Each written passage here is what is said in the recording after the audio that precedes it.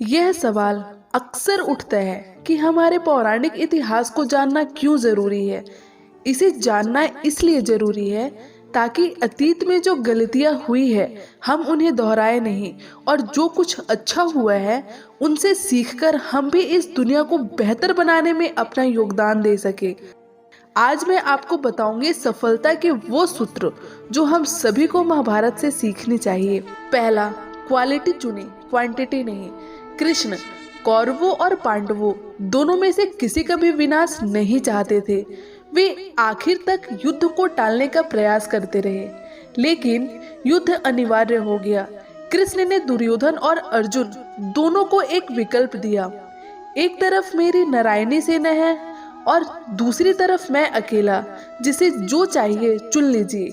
एक तरफ क्वांटिटी थी तो दूसरी ओर अकेले कृष्ण, वो भी निहत्थे, हालांकि क्वालिटी से भरपूर। दुर्योधन ने क्वांटिटी चुनी तो अर्जुन ने क्वालिटी, लेकिन युद्ध का परिणाम क्या हुआ सब जानते हैं। तो गिनती की दौड़ में ना पड़े, गुणवत्ता की खोज करे, विजय निश्चित है। दूसरा, समय के साथ बदल जाए। चौसर में हारने के बाद पांडवों को 12 साल के वनवास और 1 साल के अज्ञातवास पर जाना पड़ा।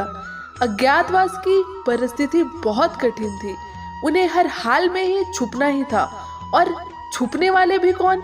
वो जो लाखों में भी पहचाने जाए, पांडव पुत्र। इनका अज्ञात रहकर छिपे रहना एक असंभव सी चुनौती थी, लेकिन इस चुनौती से घबराकर इस पर आंसू बहाने के बजाय पांडवों ने तय किया कि समय बदलता है तो हम भी बदल जाए। वे छिपने के लिए राजा विराट के यहाँ जा पहुँचे। वीर पुरुष अर्जुन बृहत्रला का रूप धारण कर राजा की बेटी को नृत्य सिखाने लगे।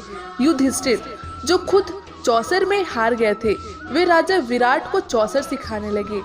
इसी बहाने उनको महल में रहने की अनुमति मिल गई। भीम जिनका भोजन सैकड़ों रसोइये मिलकर बनाते थे, वे खुद रसोइया बन गए। और द्रौपदी जिनके आगे पीछे दासियों की सेना चलती थी, वह स्वयं दासी बनकर रानी सुदेशना की सेवा करने लगी।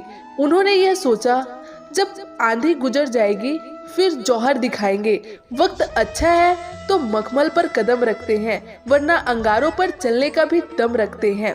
तीसरा, अपनी जानकारी अपडेट करें। अभिमन्यु अर्जुन का पुत्र था, जो महापरिक्रमी और जन्मजाता योद्धा था। कहते हैं उन्होंने माँ के पेट में ही चक्रवायु को तोड़ने की विधि सीख ली थी, लेकिन गलती हुई कि उसने अपनी विद्या को कभी अपडेट नहीं किया। उसने जितना सीखा था उसी पर रुक गया, शिक्षा पूरी नहीं की। परिणाम यह हुआ कि चक्रवायु तोड़कर उसमें प्रवेश तो कर गया, लेकिन वापस जीवित नहीं लौट पाया, क्योंकि उसने वापस लौटने का पाठ कभी पढ़ा ही नहीं था। इस तरह संभावनाओं से भरा हुआ एक तेजस्वी युवक अकाल मृत्यु के अंधकार में खो गया, सिर्फ इसलिए कि उसकी जानकारी अधूरी रह गई थी। चौथा, महत्वाकांक्षा लालच के बीच अंतर।